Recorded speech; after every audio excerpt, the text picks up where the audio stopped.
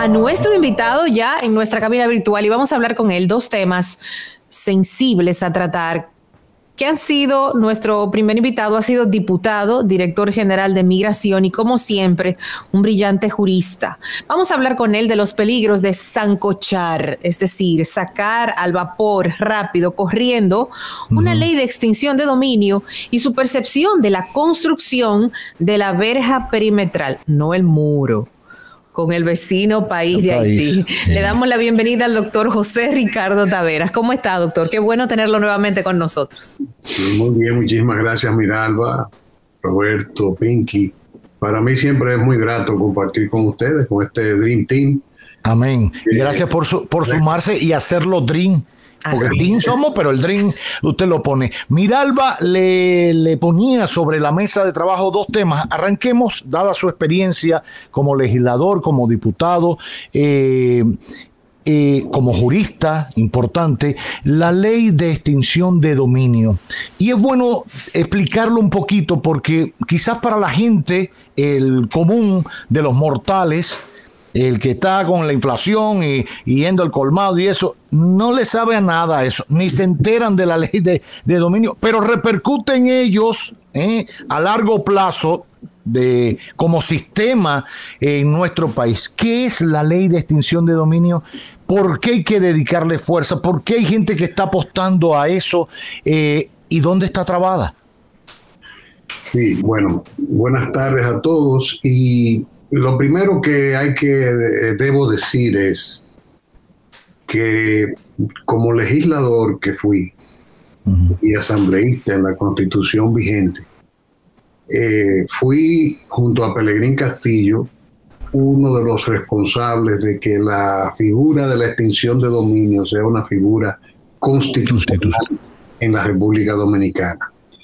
De manera que aunque tenga una visión crítica del proyecto que se está conociendo, no significa que yo no esté de acuerdo con la figura como tal, sino de la prisa con que se piensa implementar y el contexto en que se piensa implementar. Para dejar eso bien sentado. Sí. Lo segundo es que la extinción de dominio es una figura mediante la cual vamos a decir, se hace el decomiso civil de un patrimonio X, que no hay necesidad de que exista una condena previa para que ocurra, como en el caso del decomiso, para poder, vamos a decir, liquidar el patrimonio de una persona, siempre y cuando éste haya sido adquirido por medios ilícitos. Y esa calificación de ilegalidad o de un patrimonio ilícito no es el resultado de un proceso penal, como en la parte civil, para que la gente tenga una idea. Natanael está imputado, porque ni siquiera está acusado, ese es el final, está imputado de cualquier cosa, narcotráfico, whatever, pero tiene dos mansiones, una casa en la montaña, otra en otro lado, una serie de vehículos, no sé de qué. La extinción de dominio permitiría que aun cuando esté el proceso corriendo, o simplemente empezando en la instrucción, apoderar o decomisar todo ese patrimonio desde el punto de vista civil, porque el proceso está corriendo, no es el resultado no es que usted está acusado a 20 años y tiene que devolver tal cosa y tal cosa y tal cosa y dar un dinero, etc. No, desde el inicio a usted se le decomisa eso. Pero ¿cómo llegar a esa conclusión si aún no ha sido juzgado? Precisamente de eso se trata la extinción de dominio.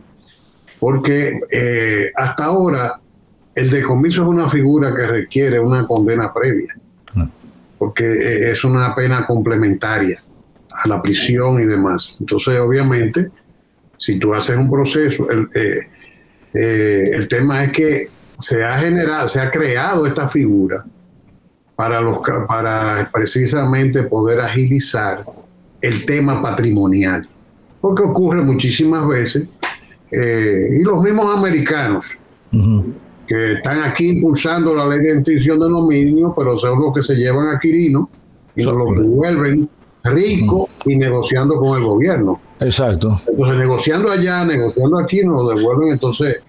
y hay que devolverle sus propiedades. Andaba requiriendo que le debían 200 millones de pesos. Sí. Entonces estamos hablando de una situación en que si, por ejemplo, hubiésemos contado con una ley de extinción de dominio y previamente se hubiese procedido a liquidar a través de la extinción de dominio las propiedades que hubiese adquirido ilícitamente, probablemente la situación sería otra.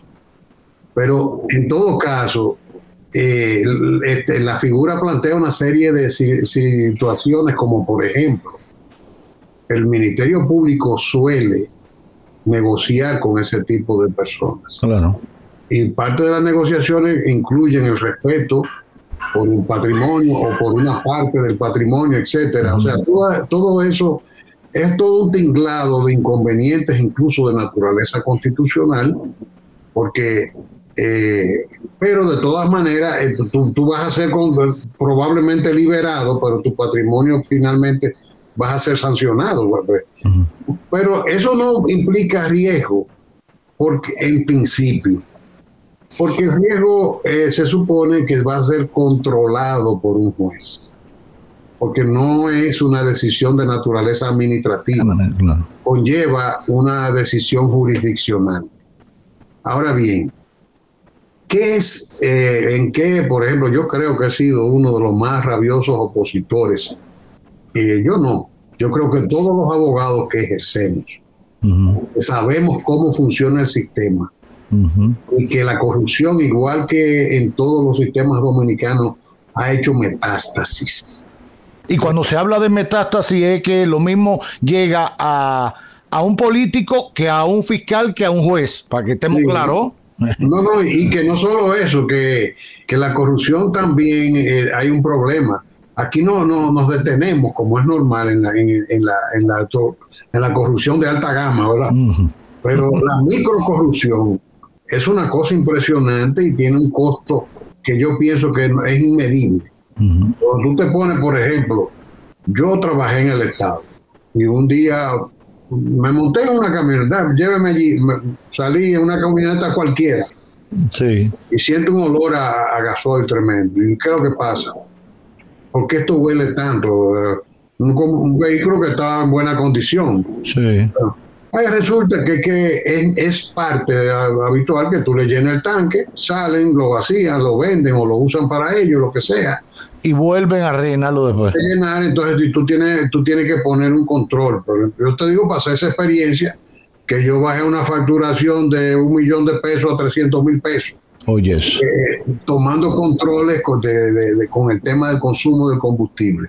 O sea, cuando tú vives en un país así, tú tienes que tener cuidado. En primer lugar, desde mi punto de vista, la institucionalidad judicial, que ha evolucionado bastante, que no podemos negar que ha formado, que la carrera ha venido ayudando mucho a tener un estatuto judicial en promoción, porque no podemos ver todo lo negativo solamente. Pero sin embargo, todavía tenemos problemas, un déficit estructural que tiene que ver no con el sistema de justicia, sino con la baja calidad de la educación en el país. Eso de que se dice de la incapacidad para la conceptualización, eso permea el sistema de justicia. Entonces tú te pones a poner el patrimonio de los ciudadanos en manos de una estructura a nivel nacional de jueces que probablemente no estén en condiciones de afrontar eso. No solamente te estoy hablando del tema de la corrupción que involucra gravemente los organismos de seguridad del Estado, que es un tema que para tú tener una figura así, tú tienes que hacer un trabajo previo en esa dirección. Lo otro que yo considero que debe hacerse es la Constitución del 2010, también por iniciativa nuestra, por eso lo metimos Pelegrín y yo. Pelegrín, que fue parte de la comisión redactora, y nosotros también como parte de la Asamblea, introducimos el tema de las jurisdicciones especializadas de nivel nacional. Ustedes han oído hablar muchas veces de la Audiencia Nacional de España. Sí. Entonces, Cuando tú tienes problemas del tipo que nosotros tenemos, del que venimos conversando, entonces que tú recurres a la creación de una jurisdicción nacional que pueda tener competencia en todo el territorio nacional, con un rango de corte de apelación para conocer en primera instancia delitos especiales. No vamos a decir que puede ser narcotráfico, sino narcotráfico de poca monta, de consumo, etcétera. Tú puedes manejarlo con la justicia ordinaria. Hay casos en que que ameritan, que por el peso que tienen, ameritan un juez, primero que tenga un estatuto especial en cuanto tiene que ver su seguridad personal, su remuneración, su especialización. Entonces, que nosotros no disponemos de ese tipo de jurisdicción, que creemos que es muy importante. Pero está consignada en la Constitución. En la Constitución está consignada la posibilidad de que por ley sean creadas estas jurisdicciones. No se ha creado, pero creo que para mí es un paso previo. ¿Por qué? Porque es más fácil que el Estado pueda ocuparse de la capacidad, de la idoneidad, del comportamiento ético de una o dos cortes con jurisdicción nacional que puedan juzgar asuntos delicados. Y entonces tú puedes crear un estatuto de garantías, por ejemplo, de retiro, porque uno de los problemas es la incertidumbre. Por ejemplo, yo soy un crítico de la corrupción que permea a los organismos de seguridad, militares, policías, etcétera, pero también le hemos fallado a ellos. Claro. No lo hemos dotado un estatuto ni de una profesionalización. Tú ves aquí, los militares el papel de un militar es hacer ejercicios en su cuartel. Aquí andan abriendo puertas, choferes, etcétera, porque tienen que sobrevivir, necesitan ingresos complementarios. Y el contacto con la sociedad, obviamente, los contamina. Entonces, ¿qué es lo que yo digo? Yo veo, por ejemplo, y estoy criticando fuertemente a la embajada norteamericana, que tiene toda una campaña irrespetuosa, porque es normal que una potencia, no vamos a estar privando en más papitas que el Papa. Nosotros sabemos que ellos interfieren, todos. Pero ese tipo de cosas se manejan a través de canales diplomáticos con cierto tacto.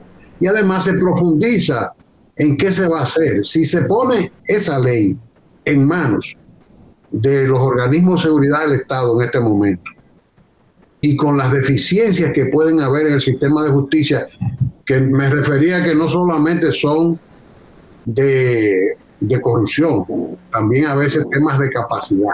De formación y de estructura. Claro. De formación integral. Claro. Porque yo te digo, yo he participado en procesos complejos desde el ámbito privado como abogado, con litis, por ejemplo, entre socios en compañías pesadas. Y he estado también en casos pesados a nivel público. Claro. Y a mí me sorprende el desconocimiento que acusa el aparato persecutor de muchísimos aspectos que deben ser parte de la formación integral de una persona. Y mira que reconozco y valoro que tenemos muchos recursos humanos interesantes, pero me impresiona también ver ese déficit.